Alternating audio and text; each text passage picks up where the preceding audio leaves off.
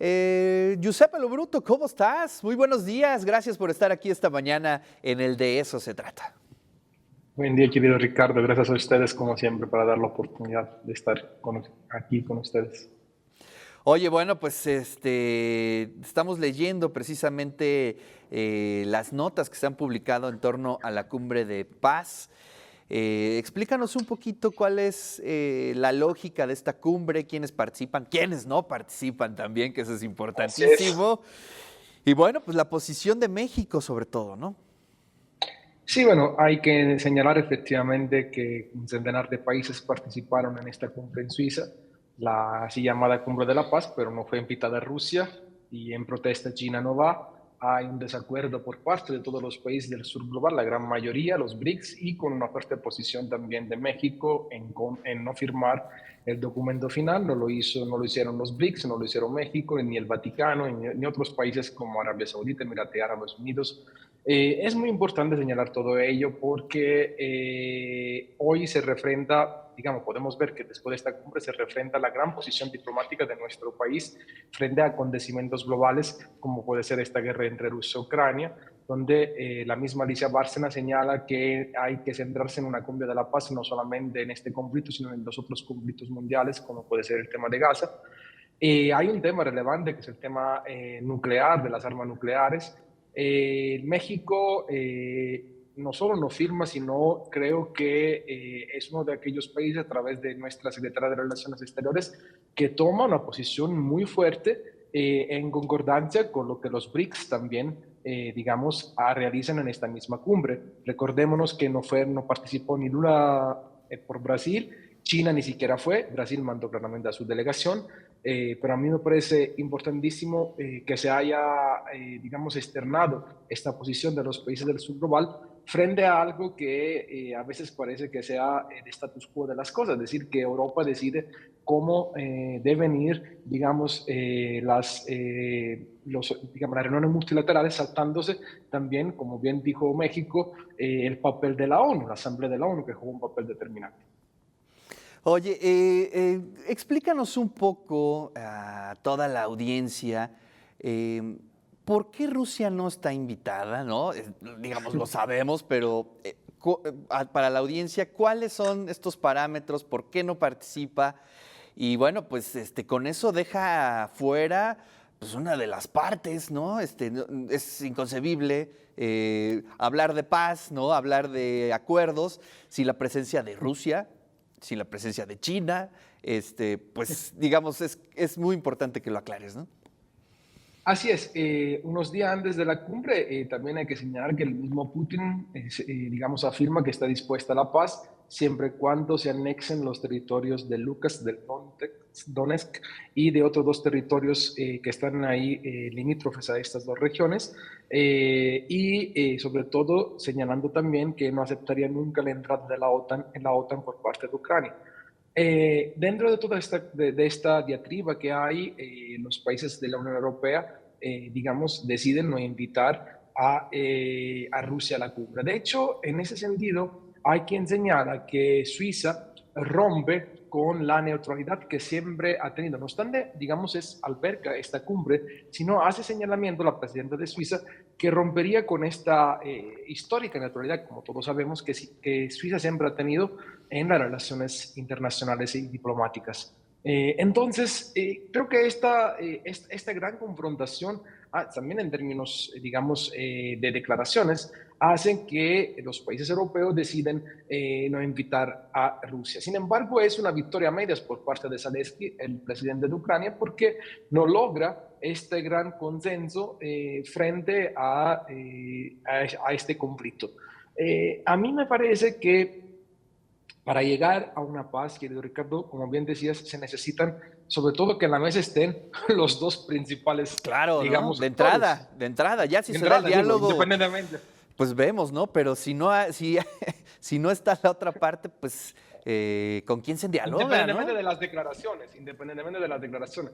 De hecho, hay una nota de hace unos minutos en el cual también se quiere mandar a llamar una segunda reunión de la paz, en el cual se dice también que es importante la presencia de Rusia, efectivamente, digamos, independientemente de estas posiciones que son de confrontación, es importante que la diplomacia internacional haga sentar a los presidentes o las delegaciones para llegar a un acuerdo. Alicia Bárcena decía algo importante y me gustaría que la audiencia tomara en cuenta el papel de México en esto. Es el tema del uso del armamento nuclear, que no solamente es una amenaza para Europa, sino para todo el mundo. Y en segundo lugar, que esta guerra, junto a otros conflictos, está creando externalidades negativas en otras regiones del mundo, sobre todo en América Latina, en África, crisis alimentaria, aumento de los precios energéticos y de los alimentos. Entonces, creo que los países del sur global me parece que hicieron valer su voz como bloque, independientemente de que sean los BRICS y otros que están o no alineados a los BRICS, frente a una situación, yo diría, digamos, unidireccional por parte de la Unión Europea y de los Estados Unidos de decidir la suerte de este conflicto a la manera que ellos entienden. Yo estoy de la convicción de que para llegar al final de un conflicto se necesita una gran diplomacia de grandes líderes y no como Macron, el presidente de Francia, que lo único que hace es echar paja al fuego para que prenda más. El diario casi declara que hay que mandar más tropas a Ucrania. Esto alimenta violencia sobre violencia. Creo que se necesita de grandes líderes que hagan un fuerte rol diplomático y un cese al fuego que ya es necesario. Oye, a ver, comentaste precisamente este grupo de los BRICS, ¿no? Las economías emergentes, que tuvieron una participación, pues sí, destacada, o se destaca en el sentido de que votan en oposición, ¿no? Brasil, que entendemos que, bueno, está pasando por un momento bien interesante, ¿no? Pero bueno, India, que es una de las economías emergentes más fuertes, y acompañada de Sudáfrica. ¿Cuáles son las posturas? ¿Puedes leer un poco las posturas de cada uno o, digamos, van en la misma dirección de México? No, van en la misma dirección de México. Eso es muy interesante. Digamos, los BRICS como bloque y los otros países del sur global no firman, están de acuerdo en algo que me parece fundamental. Es decir, hay que tomar en cuenta a todos los países para llegar a un cese al fuego. Sobre todo, hay que tomar en cuenta a los actores que son parte de este conflicto y hay que entender que este conflicto no es un conflicto regional, sino es un conflicto con, digamos, indirectamente con relevancia mundial, en el que indirectamente participan, aunque sea solamente a través del envío de armas, otras potencias globales. Y por ello los países del sur global, me parece que ese es el punto central, Ricardo, hacen y poner el énfasis en el hecho de que este conflicto está poniendo en riesgo otros aspectos de su propia vida cotidiana, como el aumento de los bienes de primera necesidad, de los alimentos, o el aumento del precio de los energéticos, lo cual, digamos, crea una crisis muy importante en el bolsillo de todos los ciudadanos del sur global. Y por ello Alicia Bárcena, junto a los demás líderes o representantes de las delegaciones de esos países, ponen el acento en el que hay que buscar la ONU, la Asamblea de la ONU, no solamente a través de una cumbre, para, digamos, crear las condiciones diplomáticas para el cese al fuego. Yo creo que se está poniendo de lado, Ricardo, a la Asamblea de la ONU. Y lo que los países del sur global quieren poner relevancia es darle importancia a este organismo multilateral que es fundamental para ellos, porque ahí están representados todos los países y los países del sur global tienen dentro de la Asamblea mayoría, independientemente que el Consejo de Seguridad, luego los 5 países que son parte de ese Consejo tienen el derecho de veto, pero la Asamblea puede tomar un papel muy importante. Creo que ese es el mensaje que están dando los países del sur global. Así es, y bueno, pues en ese contexto me gustaría leer de manera textual las palabras de Alicia Bárcenas. Dice, esta guerra en Europa está representando una amenaza existencial de seguridad para la comunidad global en su conjunto. México está aquí para reiterar su compromiso de siempre con todos los principios fundamentales de la Carta de la ONU y el respeto al derecho internacional y a la soberanía e integridad territorial. Estamos en contra de invasiones y agresiones violentas, incluyendo instalaciones diplomáticas, ¿no? Esto lo destacó Bárcenas y bueno, sí, subraya, porque pues nosotros fuimos, pues sí, el país. Invadidos. El Ecuador. Invadidos y además prácticamente en una transmisión en directo, ¿no? Que eso fue tremendo, nunca antes visto, sí. Giuseppe.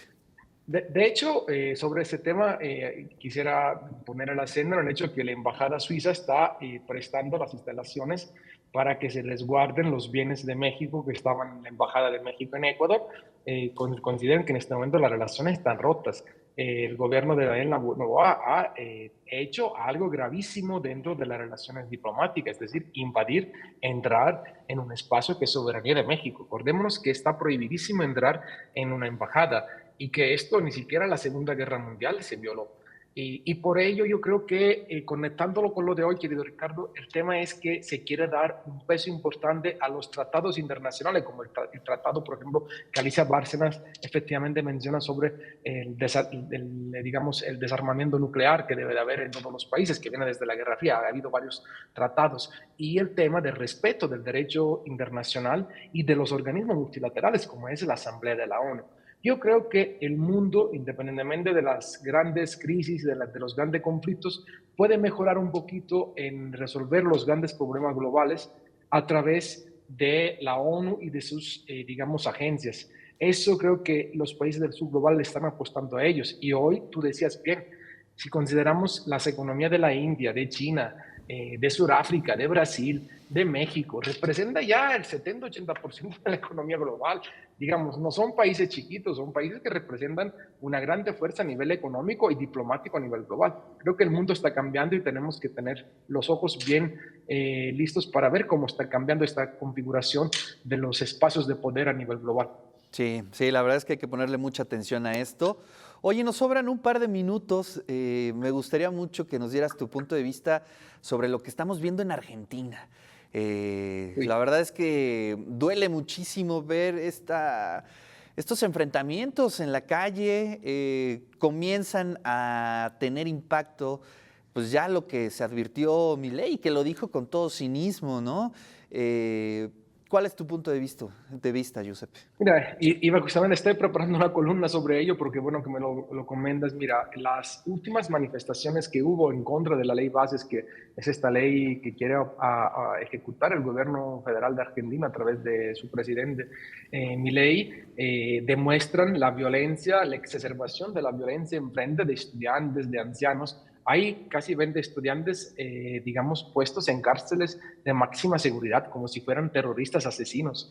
Creo que Milei nos está dando cuenta que no se puede gobernar sin tener en cuenta a la población. El tipo, la verdad, considera que el Estado debe desaparecer y esa es una idea libertaria y que todo lo debe de resolucionar en el mercado independientemente de los catástrofes a nivel social que que generan. La inflación está altísima, la pobreza ha aumentado de manera exorbitante. Argentina vive una de las grandes tragedias del siglo XXI, creo que la más profunda, y sobre todo Burrich, esta secretaria de Gobernación, así la podemos llamar correspondiente a lo de México, está ejerciendo violencia a través de la policía a los niveles de la dictadura argentina. Esto es lo más preocupante, se están violando derechos humanos. Si ustedes leen página 12, por ejemplo, un periódico que les aconsejo leer, se pueden dar cuenta de la tragedia argentina y de cómo este presidente vive en otra realidad, no se da cuenta de lo que está pasando. Yo creo que los argentinos están muy arrepentidos de haber electo a un loco. Le dicen el loco de broma pero es un loco y payaso. Sí. No, y lo que habría que analizar, Giuseppe, que bueno, ya lo dejamos para otra columna porque se nos acabó el tiempo. Sí, lo dices bien, ¿no?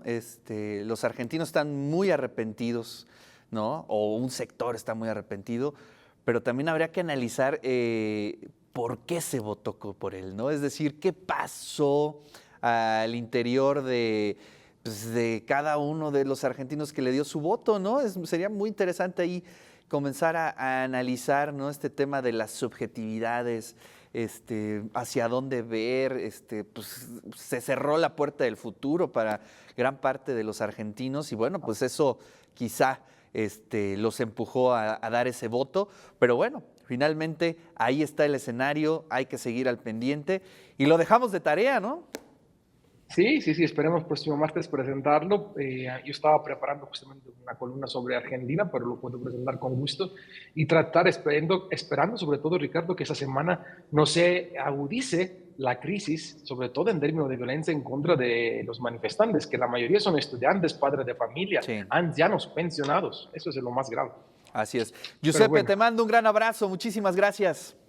No, a ti como siempre. Un abrazo para todos ustedes. Cuídense mucho.